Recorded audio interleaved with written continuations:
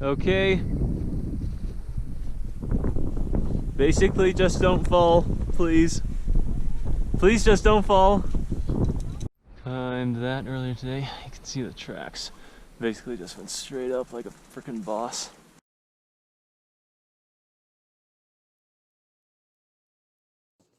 Hector and Little Hector. This was actually, I think this was the easiest of our larger mountaineering trips. I would have to agree. Like it was actually quite a bit of elevation. Like I think it was 1550 or something. Yeah. Which for one day mountaineering, that may have been the longest or the most elevation gain that we did. But really? We knew the route up to the glacier already because we had done Little Hector the previous year. And so this was actually successful in the dark. So luckily. I was very concerned about snow conditions after we did Gordon and St. Nicholas the week earlier. And I'm like, I do not want this to be slushy. Yeah, so we got a really early start. Yeah, I think we started at like 3 a.m. or something. It's June 25th, year 2 of the COVID, and it's just past 3:30 a.m.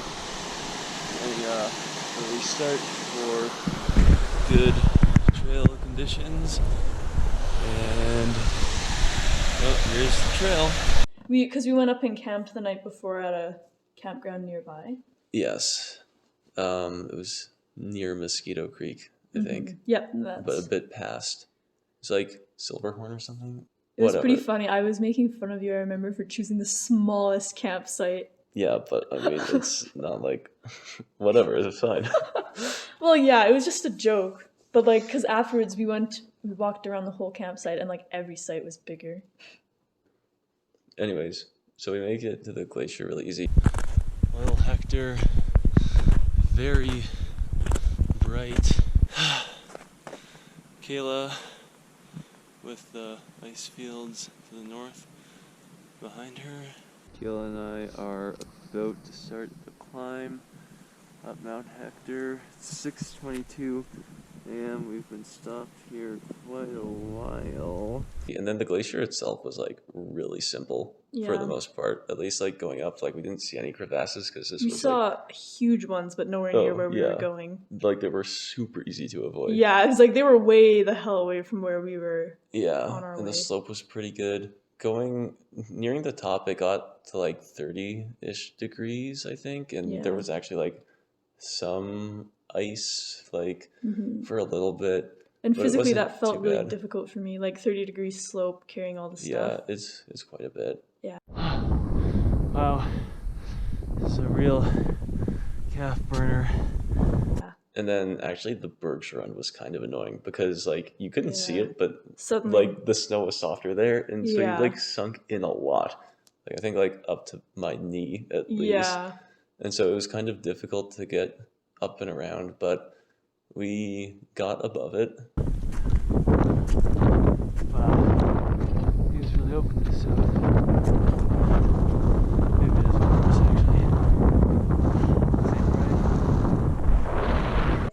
Yeah, there was only really one difficult section doing Hector. Yeah. It was like the transition from the glacier onto the rock at the top. And I knew that was going to be like the hard part because I had read trip reports, and like this is why lots of people like ski Hector because there's more snow, so it's easy. But once the snow starts to melt, there's like more rock, and then becomes problematic. It's not really that bad. It's like class 3 transition. Yeah, it was just weird also because we're wearing crampons and stuff. Yes, too. And the ice.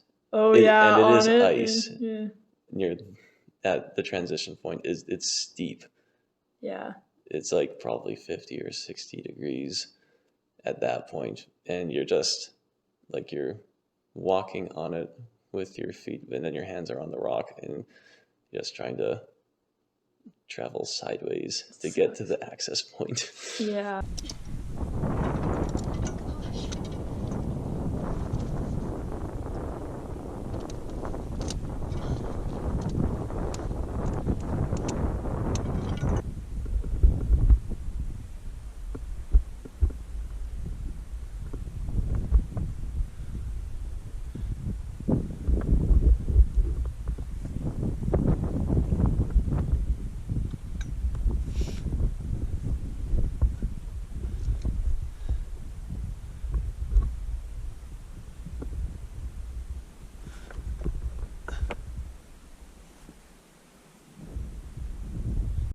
start the descent of Hector.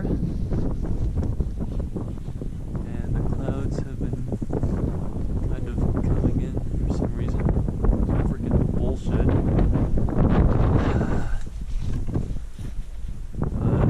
Yeah. Okay, at the crux. This is gonna really suck.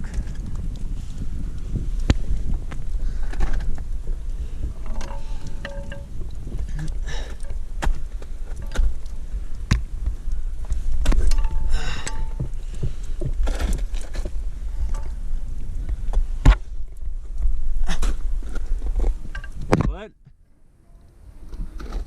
Okay.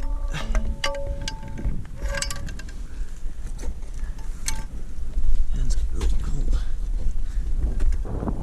But I have to try to build an anchor. Yeah. I tried to set up an anchor.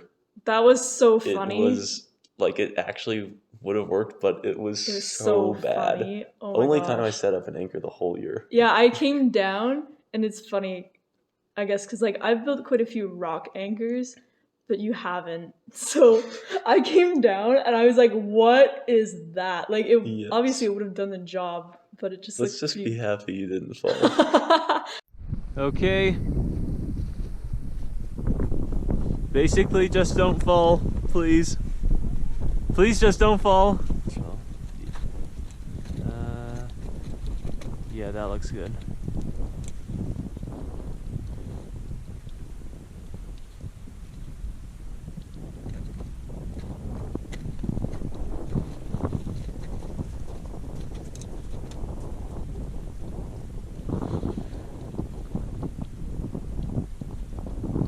And then the snow got incredibly slushy after that. Yes. It was only like 10 or 11 a.m., I think, when we were getting off the glacier onto the ridge to go over to Little Hector. But it was like really soft. So I'm happy we woke up at like 2 a.m. Yeah, it's actually funny. I wasn't sure if we were gonna do Little Hector because I was really tired in the morning on the way up, and it was kind of cold, and I just did not feel like doing it. And then once we got off that one section, it was like, oh, suddenly it was really sunny, and I just felt so much more energy, and I was like, okay, I guess we can do Little Hector. Yeah. Definitely worth it. It was good. And we had glacier glasses Oh yeah, for this one as well, that was so nice. our eyes did not burn as much. And I didn't burn my nose this time because I learned my lesson. It should be pretty smooth sailing. Okay. Oh yeah, and huge crevasses on the glacier. Pretty awesome.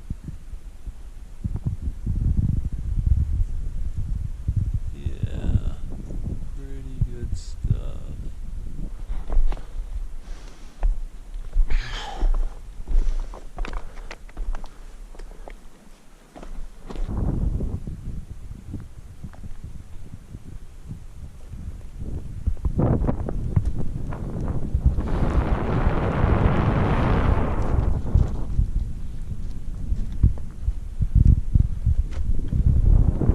Then we like went down and drove down to meet mom and dad to go camping, and we were so like tired. Well, we woke up at 2 a.m. Yeah, it was so funny. Like, but even the next day, I think we were pretty like. Oh yeah. Pretty tired. Well, it was like 1,500 meters of mountaineering. Yeah, difficult.